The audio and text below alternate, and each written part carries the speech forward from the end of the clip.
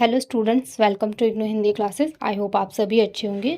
तो आज के इस वीडियो में हम BHDLA 138 हिंदी साहित्य विविध विधाएं, ये जो आपका कोर्स कोड है, इसके कुछ इंपॉर्टेंट क्वेश्चंस और साथ ही में उनके आंसर्स देखने वाले हैं। ठीक है, तो आप इन क्वेश्चंस को अच्छे से अपने एग्ज़ाम के लिए तैयार कर लेना, जिससे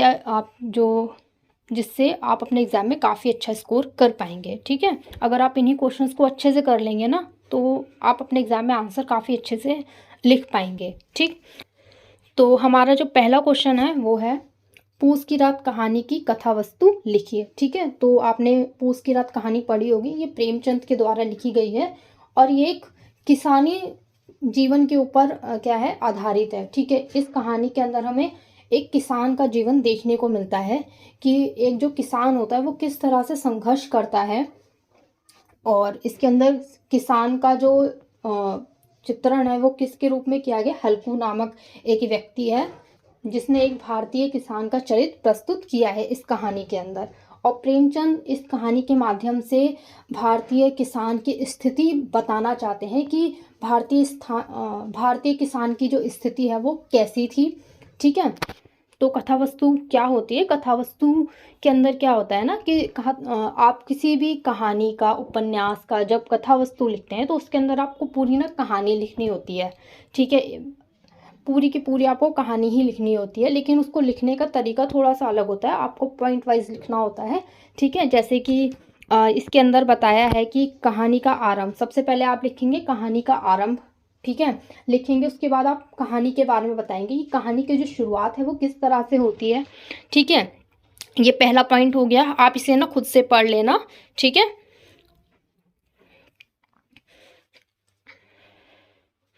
और फिर इसके बाद दूसरा पॉइंट आता है, वो आता है कहानी का विकास, कि जो हमारी कहानी है उसका जो विकास है वो किस तरह से होता है। शुरुआत की हमने कहानी के आरंभ से, फिर दूसरा पॉइंट आया हमारा कहानी का विकास। ठीक है, कि जो कहानी है उसका विकास किस तरह से होता है आगे।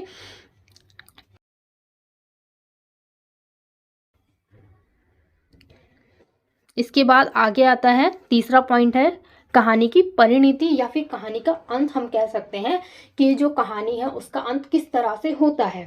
ठीक है, तो ये 3 पॉइंट आपको ध्यान में रख के कथा वस्तु लिखनी होती है। अगर एग्जाम में किसी और कहानी से या उपन्यास से रिलेटेड अगर कथा वस्तु पूछता है तो आपको इसी तरह से कथा वस्तु लिखनी होगी। ठीक है, तो आप इसे ना खुद से पढ़ लेना। इसके बाद हमारा अगला क्वेश्चन देखते हैं। हमारा क्वेश्चन है, निबंध वैष्णव की फिसलन की अंतर्वस्तु लिखिए। ठीक है, आपने ये पढ़ा होगा निबंध वैष्णव की फिसलन। ठीक है, आपकी बुक में दिया गया है, तो आप इसे भी पढ़ लेना। एक क्वेश्चन ये बनता है हमारा, इसके अंदर आपको अंतर्वस्तु बतानी है कि वैष्णव की फिसलन जो निबंध है उसकी अंतर्वस्तु के बारे में बताने कि उसके अंदर क्या कहानी बताई गई है, किस बारे में है वो। ठीक है, तो आप इसका आंसर ना खुद से पढ़ लेना। ठीक है, इसके आप देखेंगे अंदर अंतर्वस्तु के अंदर चरित्र विधान की बात की गई है। सबसे पहले तो इसके अंदर कहानी की बात की गई, उसके बाद उसके अंदर चरित्र विधान भी आता है अंतर्वस्तु के अंदर। ठीक है, और यहाँ पर जो है इसका आंसर खत्म होता है, और यहाँ पर जो है इसका आंसर खत्म होता है। ठीक है, इसके बाद हमारा अगला क्वेश्चन है, एकांकी बहुत बड़ा सवाल का कथासार क्या है। ठीक है, जो ये एकांकी है एक बहुत बड़ा सवाल, तो उसका सार बताना है आपको। ठीक है, तो आप इसे पढ़ लेना सार को। और इस तरह से आपका ना पूस की रात कहानी का भी सार पूछ सकता है, निबंध जो है वैष्णव की फिसलन उसका भी सार पूछ सकता है। तो आप वो भी ध्यान में रखना कि आपको सार सबके पता होने चाहिए, क्योंकि क्वेश्चन इन्हीं में से बनते हैं, या तो कथा वस्तु पूछेगा, या अंतर्वस्तु पूछेगा, या कहानी या निबंध नाटक का सार पूछ लेगा आपसे। यही कुछ पॉइंट होते हैं जिनको लेकर क्वेश्चन पूछे जाते हैं एग्जाम में। ठीक है ना, चरित्र चित्रण पूछ लेगा किसी का, और यहाँ पर जो है इसका आंसर खत्म होता है। ठीक है, आप इसे ना पढ़ लेना। इसके बाद ये हमारा अगला क्वेश्चन है, जीने की कला निबंध में अभिव्यक्त नारी समस्या पर अपने विचार व्यक्त कीजिए। ठीक है, जो जीने की कला निबंध है ये महादेवी वर्मा के द्वारा लिखा गया है। ठीक है। इसके अंदर नारी समस्या के बारे में बात की गई है, उनके बारे में बताया है, तो आप इसे पढ़ लेना, ठीक है।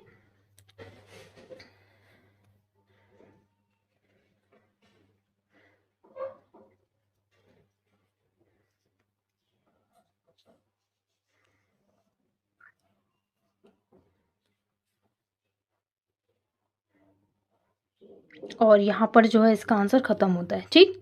इसके बाद हमारा अगला क्वेश्चन है, जूठन आत्मकथा की कथावस्तु को आज के समाज के संदर्भ में स्थापित कीजिए। ठीक है, जो जूठन आत्मकथा है ये वाल्मीकि जी के द्वारा लिखी गई है, ठीक है। तो आप इसे देख लेना, पढ़ लेना, इसको भी, इसकी भी कथावस्तु बतानी है और आज के समाज के संदर्भ में इसको स्थापित जोड़ते हुए, या आप कह सकते हैं कि अंतर करते हुए आपको बताना है, ठीक है। आपने अगर ये आत्मकथा पढ़ी होगी वाल्मीकि जी की, तो आपको पता होगा कि ये एक दलित वर्ग से आते थे, ठीक है, जो निम्न वर्ग के लोग होते हैं उधर से, और इनके साथ बचपन में किस किस तरह का भेदभाव होता था, ठीक है, उनके बारे में इसके अंदर उन्होंने बात की है, अपने जीवन के बारे में, कि उनके जीवन में बचपन से लेकर किस तरह का संघर्ष रहा है। वो किस लिए रहा, क्योंकि वो एक दलित वर्ग से आते थे, इसलिए उनके साथ काफ़ी ज़्यादा भेदभाव होता था, ठीक है। जो ऊंची कास्ट के जो लोग होते थे, ऊंचे वर्ग के जो लोग होते थे, वो उनसे क्या करते थे, छुआछूत मानना, एंड उनको अपने से कमज़ोर समझना, इस तरह की जो चीज़ें होती थी वो इनके साथ होती थी। स्कूल में भी इनके साथ इसी तरह का व्यवहार होता था। तो उन सभी के बारे में इन्होंने अपने इस आत्मकथा में बात की है, एक एक किस्से को इन्होंने इसके अंदर बताया है, ठीक है।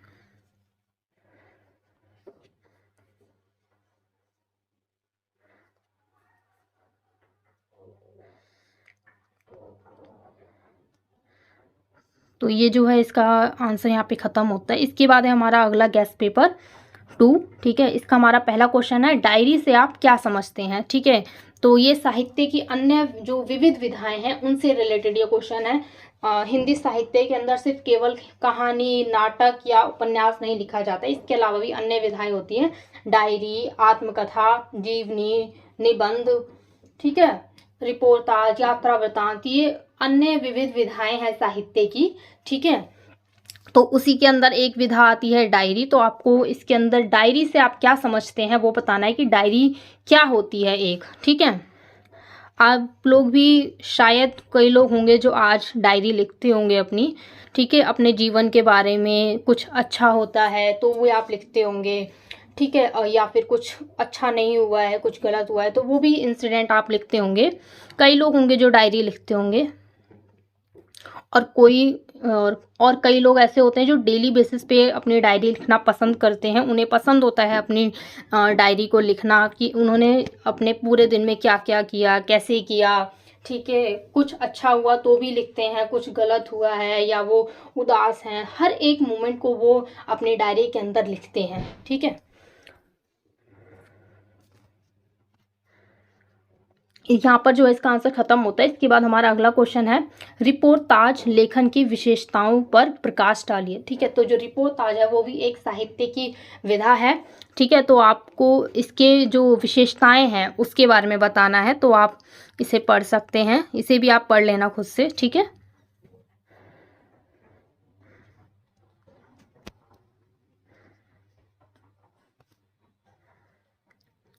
यहाँ पर जो है इसका आंसर खत्म होता है, ठीक। इसके बाद हमारा अगला क्वेश्चन है, पूस की रात कहानी के प्रमुख पात्र की विशेषताएं बताइए, ठीक है। जो पूस की रात कहानी है, ये जो प्रेमचंद के द्वारा लिखी गई है, इसके जो प्रमुख पात्र हैं उनकी विशेषताएं बतानी है। तो अगर हम बात करें प्रमुख पात्र की, तो वो हल्कू ही है, ठीक है, क्योंकि जो पूरी कहानी है वो हल्कू के इर्द गिर्द ही घूमती है, हल्कू से शुरू होती है और अंत भी हल्कू के साथ ही होती है। कहानी के अंदर अन्य पात्र भी हैं, सहना है जिससे हल्कू ने कर्ज लिया होता है, जबरा है जो कि इसका कुत्ता है, ठीक है। और जो सहना है उसकी सिर्फ उपस्थिति बताई गई है, उसका कोई संवाद नहीं है, कुछ भी नहीं है, वो सिर्फ पैसे लेने आता है और चला जाता है, ठीक है। हम सिर्फ कहानी के अंदर सहना का नाम सुनते हैं, लेकिन जो जबरा है वो उसको हम कहानी के अंदर देखते हैं कि जबरा किस तरीके से जब जो नील गाय होती हैं वो जब हल्कू के खेत में घुस जाती हैं और जबरा उनको रोकने के लिए भौंकता है उनके ऊपर और जो हल्कू होता है उसको जगाता भी है जब वो नहीं उठ रहा होता, सो रहा होता है तब। ठीक है। और इसकी ये जो हल्कू है इसकी पत्नी मुन्नी वो भी है इसमें, वो भी इसके अंदर है एक पात्र। ठीक है। तो यही कुछ पात्र हैं जो हम इसके अंदर देखते हैं। तो जो प्रमुख पात्र की अगर हम बात करते हैं ना, तो प्रमुख पात्र के अंदर हम बात करेंगे सिर्फ हल्कू की। ठीक है। क्योंकि हल्कू ही जो है जिसके ऊपर पूरी कहानी लिखी गई है, जिसके इर्द गिर्द पूरी कहानी चलती है। ठीक। तो आप ये इसका आंसर देख सकते हैं, ये रहा इसका आंसर।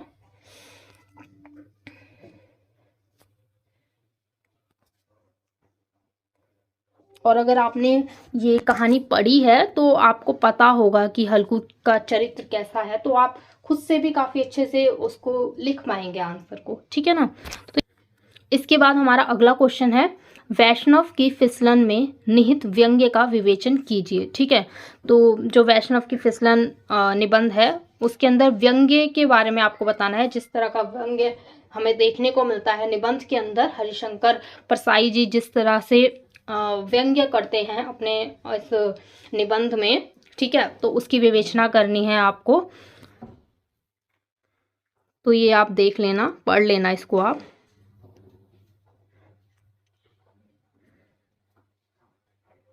यहाँ पर जो इसका आंसर खत्म होता है। ठीक है। इसके बाद हमारा अगला क्वेश्चन है, बहुत बड़ा सवाल एकांकी की विशेषताएं बताइए। ठीक है। जो एकांकी है बहुत बड़ा सवाल, उसकी आपको विशेषताएं बतानी है कि एकांकी जो है उसकी क्या विशेषताएं होती हैं और जो बहुत बड़ा सवाल एकांकी है उसकी विशेषताएं क्या क्या हैं। तो इसके अंदर चरित्र विधान की बात की गई है। ठीक है। और ये यहाँ पर जो है इसका आंसर खत्म होता है। ठीक। इसके बाद हमारा अगला गेस्ट पेपर है 3। ठीक है। और इसका हमारा पहला क्वेश्चन है, संस्मरण विधा का स्वरूप स्पष्ट कीजिए। जो संस्मरण है वो भी एक साहित्य की विधा है। ठीक है। तो आपको इसका स्वरूप बताना है कि कैसा होता है, तो आप इसे पढ़ लेना। ठीक है। यहाँ पर जो है इसका आंसर खत्म होता है। ठीक। इसके बाद हमारा अगला क्वेश्चन है, निबंध जीने की कला के संरचना शिल्प पर प्रकाश डालिए। ठीक है। जो निबंध लिखा गया है महादेवी जी के द्वारा, जीने की कला, तो उसके संरचना शिल्प पर आपको प्रकाश डालना है। ठीक है। तो आप संरचना शिल्प देख सकते हैं, ये रहा, आप इसे पढ़ लेना। ठीक है। संरचना शिल्प के अंदर क्या आता है ना कि जो कहानी है या कहानी के ऊपर पूछे, नाटक में पूछे या उपन्यास में पूछे, ठीक है, ये किसी भी विधा में अगर संरचना शिल्प के बारे में बात करते हैं तो उसके अंदर आपको ना भाषा के बारे में लिखना होता है, उसकी शैली के बारे में बताना होता है। ठीक है। यही कुछ बातें होती है जो आपको लिखनी होती है। अगर संवाद है तो संवाद आपको लिखना होता है। ठीक।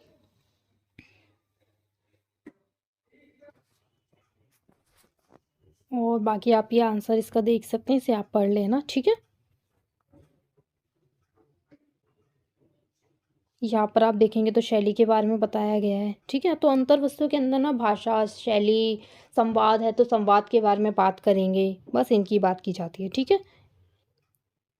यही पॉइंट होते हैं जिन्हें अच्छे से बताया जाता है, एक्सप्लेन किया जाता है।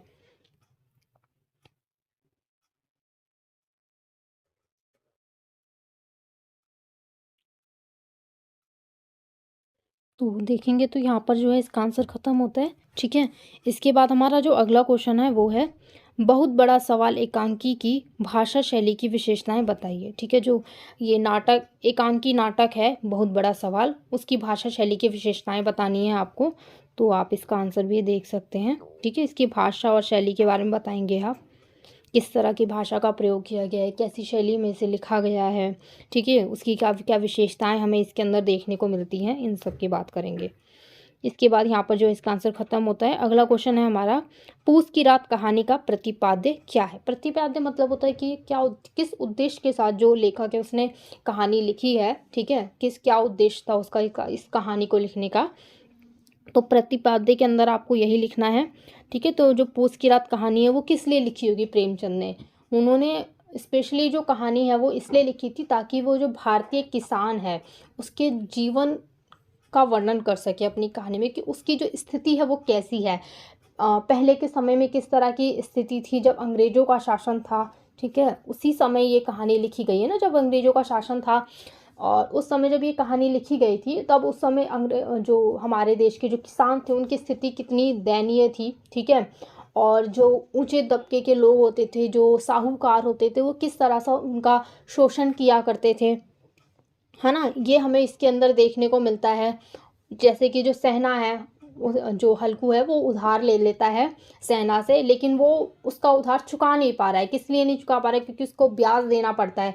अब वो ब्याज कितना है, कैसे बढ़ रहा है, कितना गया है, हल्कू को कुछ पता ही नहीं है, क्योंकि एक तो वो पढ़ा लिखा नहीं है उस, है ना, इसीलिए। और जो सहना है वो उससे पैसा लेता जा रहा है, लेता जा रहा है, लेता जा रहा है, और हल्कू को पता ही नहीं है कि उसे पैसा देना कितना है, ब्याज कितना लग रहा है ना। तो ये जो स्थिति थी वो उस समय भी ऐसी ही स्थिति थी भारतीय किसानों की, और आज के समय भी अगर हम देखें जोड़कर, तो भारतीय किसान जो है हमारे, उनकी स्थिति अभी भी बदली नहीं है। वो हमें आज भी ऐसी स्थिति में देखते हैं हम उन्हें। और इसीलिए क्या होता है, आए दिन हम जो न्यूज़ होती है उनमें खबर पढ़ते हैं, देखते हैं, सुनते हैं कि जो किसान है वो आए दिन क्या है, आत्महत्या कर लेते हैं, है ना। ये खबर हम आए दिन अपने आसपास देखते हैं, सुनते हैं। जो किसान हैं क्यों करते हैं? क्योंकि वहाँ से जब वो कर्ज लेते हैं, तो जब वो नहीं चुका पाते हैं, तो जो कर्जदार होते हैं वो उन्हें बहुत परेशान करते हैं, है ना। उनसे उनको पैसा वसूलना होता है, वो किसी भी तरीके से लेना चाहते हैं। और अगर हम बात करें वहीं पर बड़े बड़े जो लोग होते हैं, ठीक है, अगर वो पैसा उधार लेते हैं लोगों से या बैंकों से, तो बैंक वाले जो होते हैं, जो बड़े लोग होते हैं, वो उन लोगों से पैसा नहीं वसूल कर पाते हैं, ठीक है। लेकिन जो छोटे लोग होते हैं, जो गरीब होते हैं, ठीक है, तो उनसे को ऊपर उनकी क्या कहते हैं, वो धोस जमा कर पैसे वगैरह निकलवा लेते हैं। और इसी से क्या होता है, जो किसान होता है वो इतना मजबूर हो जाता है कि वो आत्महत्या कर लेता है, ठीक है, खेती छोड़ देता है।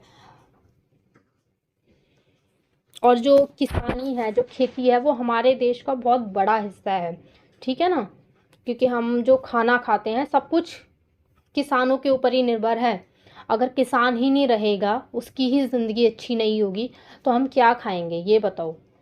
तो जो प्रेमचंद थे, उन्होंने इसी स्थिति को बताने के लिए, किसानों की स्थिति को बताने के लिए, ताकि हम लोग उससे समझ सकें, इसी उद्देश्य के साथ उन्होंने इस कहानी को लिखा। जो उस समय की जो किसान थे उनकी स्थिति कैसी थी, और जो आज का नया युवा है, और जो आज का नया युवा है, वो इस कहानी को अगर पढ़े तो उसे समझ में आए, ठीक है, वो जागरूक हो थोड़ा इस ओर, इसीलिए उन्होंने इस कहानी को लिखा। आई होप आपको ये समझ में आया होगा कि किस उद्देश्य के साथ उन्होंने ये कहानी लिखी। तो बाकी आप अपने तरफ से भी लिख सकते हैं खुद से, अगर आपने इस कहानी को पढ़ा है, ठीक है।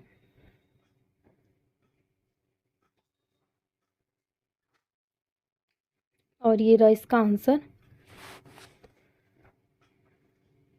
यहाँ पर जो इसका आंसर ख़त्म हो जाता है, ठीक है। इसके बाद हमारा अगला क्वेश्चन है, रिपोर्ताज क्या है, ठीक है। जो रिपोर्ताज है उसके बारे में आपको बताना है कि रिपोर्ताज क्या है। ये भी एक साहित्य की ही विधा है, तो आप इसे भी पढ़ लेना।